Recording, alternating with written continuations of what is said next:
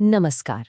तो क्या आप भी अपना खुद का बिजनेस शुरू करने का सपना देखते हैं, लेकिन पैसों की वजह से रुक जाते हैं? तो आज हम बात करने वाले हैं एक ऐसी सरकारी स्कीम के बारे में जो आपके इस सपने को हकीकत में बदल सकती है। चलिए इसे अच्छे से समझते हैं। देखिए, ये एक बहुत ही कॉमन प्रॉब्लम है ना? कितने ही बेहतरीन बिजनेस आइडियाज सिर्फ इसलिए कागजों पर रह जाते हैं क्योंकि शुरू में लगाने के लिए पैसे नहीं होते। पर सोचिए, अगर सरकार खुद आगे बढ़कर इसमें आपकी मदद करे तो। जी हाँ, आपने बिल्कुल सही सुना।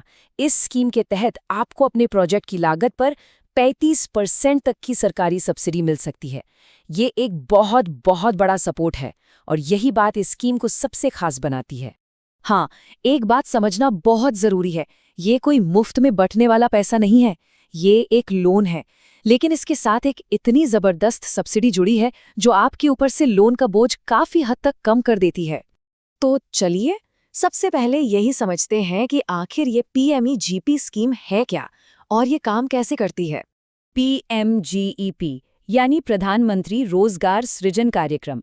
जैसा कि नाम से ही जाहिर है, ये भारत सरकार की एक पहल है जिसका एक ही मकसद है, देश में नए छोटे छोटे उद्योग और बिजनेस खड़े करके स्वरोजगार यानी सेल्फ एम्प्लॉयमेंट को बढ़ावा देना। अब देखिए, इस स्कीम को जमीन पर उतारने का काम 3 मुख्य सरकारी संस्थाएं करती हैं। नेशनल लेवल पर है केवीआईसी, मतलब khadi and village industries commission. फिर राज्यों में है खादी बोर्ड्स और जिले के लेवल पर हैं डिस्ट्रिक्ट इंडस्ट्रीज सेंटर्स। आपका एप्लीकेशन इन्हीं में से किसी एक एजेंसी के जरिए आगे बढ़ता है।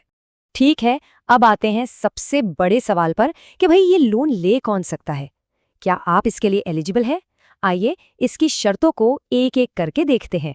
तो इसके जो बेसिक नियम हैं वो काफी सीधे हैं। आपकी उम्र 18 साल से ज्यादा होनी चाहिए। ये लोन सिर्फ और सिर्फ नए बिजनेस के लिए है, पुराने को बड़ा करने के लिए नहीं। और हाँ, अगर आपका प्रोजेक्ट थोड़ा बड़ा है, मतलब मैन्युफैक्चरिंग में 10 लाख से या सर्विस सेक्टर में 5 लाख से ज्यादा का, तो आपका कम से कम 8वीं पास होना जरूरी है। यहाँ देखिए, इससे बात और भी साफ हो जाती है। कोई भी इंडिविजुअल, सेल्फ हेल्प ग्रुप्स या सहकारी समितियां अप्लाई कर सकती हैं, पर कौन नहीं कर सकता? वो लोग जो अपने मौजूदा बिजनेस को ही एक्सपैंड करना चाहते हैं, या फिर जिन्होंने पहले कोई लोन लिया था और उसे चुकाया नहीं, मतलब जो डिफॉल्टर हैं वो इसके लिए एलिजिबल नहीं हैं। ओके, तो एलिजिबिलिटी तो समझ आ गई। अब बात करते हैं पैसों की, मतलब कितना लोन मिल सकता है और उसमें आपको खुद का कितना पैसा लगाना होगा। इस स्कीम में ना, लोन की लिमिट आपके बिजनेस के टाइप पर डिपेंड करती है। अगर आप कोई मैन्युफैक्चरिंग यूनिट लगा रहे हैं, मतलब कुछ बना रहे हैं, तो आपको 50 लाख रुपए तक का प्रोजेक्ट लोन मिल सकता है। और अगर आप सर्विस सेक्टर में हैं, जैसे कोई रेस्टोरेंट खोल रहे हैं या कंप्यूटर सेंटर, तो ये लिमिट 20 लाख रुपए है। देखिए, सरकार पूरी मदद तो कर रही है, लेकिन वो चाहती है कि आपका भी कुछ इसमें लगा हो। इसे कहते हैं मार्जिन मनी, यानी आपका अपना कंट्रीब्यूशन। अगर आप जनरल कैटेगरी में हैं, तो आपको प्रोजेक्ट कॉस्ट का 10% अपनी जेब से लगाना होगा। लेकिन अगर आप स्पेशल कैटेगरी में आते हैं, जैसे एससी, एसटी, ओबीसी, महिला, माइनॉरिटी, एक्स सर्विसमैन या दिव्यांग, तो आपको सिर्फ 5% ही लगाना होगा। ये एक बहुत बड़ा फायदा है। अब आते हैं इस स्कीम के सबसे सबसे पावरफुल हिस्से पर, और वो है सब्सिडी। सच कहूं तो यही वो चीज है जो पीएमईजीपी को किसी भी दूसरे बिजनेस लोन से बिल्कुल अलग और बहुत बेहतर बना देती है। तो ये मार्जिन मनी सब्सिडी आखिर है क्या? इसे ऐसे समझिए कि ये सरकार की तरफ से आपके लोन अकाउंट में जमा किया गया एक गिफ्ट है। ये कैश आपके हाथ में नहीं आएगा। बैंक इसे आपके नाम पर 3 साल के लिए लॉक करके रखता है। अगर आपका बिजनेस 3 साल तक ठीक ठाक चलता रहा, तो ये पैसा आपके लोन में से सीधा सीधा कम कर दिया जाता है। मतलब आपका लोन का बोझ घट गया। ये टेबल ये बहुत जरूरी है, ध्यान से देखिए। आपको कितनी सब्सिडी मिलेगी ये 2 बातों पर तय होता है। एक आपकी कैटेगरी और दूसरा आपके बिजनेस की लोकेशन। मान लीजिए आप जनरल कैटेगरी में हैं और शहर में बिजनेस शुरू कर रहे हैं, तो मिलेगी 15% सब्सिडी। लेकिन अगर यही बिजनेस आप गांव में शुरू करते हैं, तो सब्सिडी बढ़कर हो जाएगी 25%। और अगर आप स्पेशल कैटेगरी में हैं, तो शहर में 25% और गांव में सबसे ज्यादा 35% तक की सब्सिडी आपको मिल सकती है।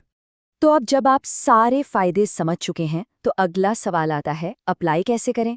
चलिए मैं आपको पूरा प्रोसेस स्टेप बाय स्टेप समझाता हूँ। पूरी प्रोसेस ना कुछ मेन स्टेप्स में बंटी हुई है। सबसे पहले आपको पीएमजीईपी के ऑनलाइन पोर्टल पर अप्लाई करना है, अपनी सारी डिटेल्स और डॉक्यूमेंट्स अपलोड करने हैं। इसके बाद जिले की एक कमेटी आपका एक छोटा सा इंटरव्यू लेगी। वहां से ओके होने के बाद आपकी फाइल जाएगी बैंक के पास।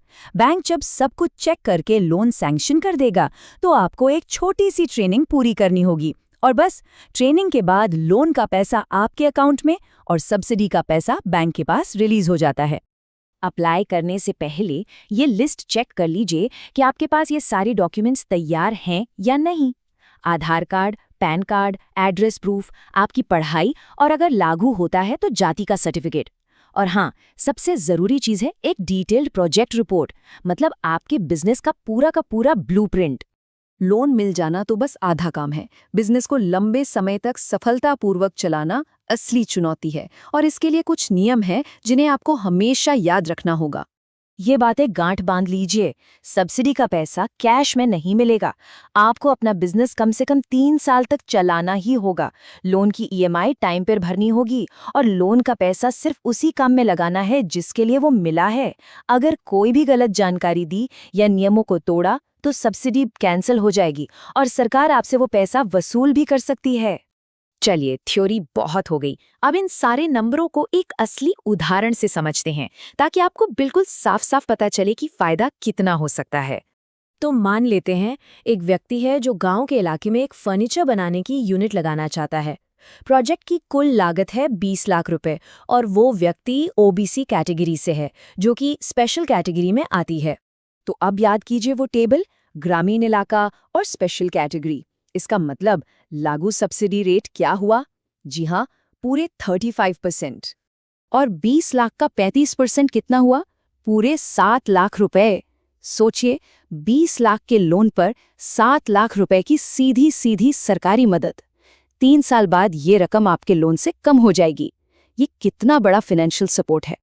तो अब आप सोचिए, एक अच्छा सा बिजनेस आइडिया हो और साथ में सरकार की तरफ से इतनी बड़ी मदद हो, तो आप अपने लिए कौन सा नया अवसर बना सकते हैं। ये स्कीम सिर्फ एक लोन नहीं है, ये आत्मनिर्भर बनने का एक सुनहरा मौका है। तो अगर ये जानकारी आपको फायदेमंद लगी हो तो इसे लाइक और शेयर करना बिल्कुल ना भूलें। ऐसी ही और भी योजनाओं के बारे में जानने के लिए हमारे चैनल को सब्सक्राइब कर लीजिए। और हाँ, अगर आपको एक अच्छी प्रोजेक्ट रिपोर्ट कैसे बनाते हैं इस पर कोई गाइडेंस चाहिए तो नीचे कमेंट्स में हमें ज़रूर बताइएगा। और आखिर में एक बहुत ज़रूरी बात, देखिए, सरकारी योजनाओं के नियम और कायदे समय के साथ बदल सकते हैं, इसलिए अप्लाई करने से पहले एक बार अपने बैंक या नज़दीकी सरकारी ऑफिस से लेटेस्ट जानकारी की पुष्टि ज़रूर कर लें।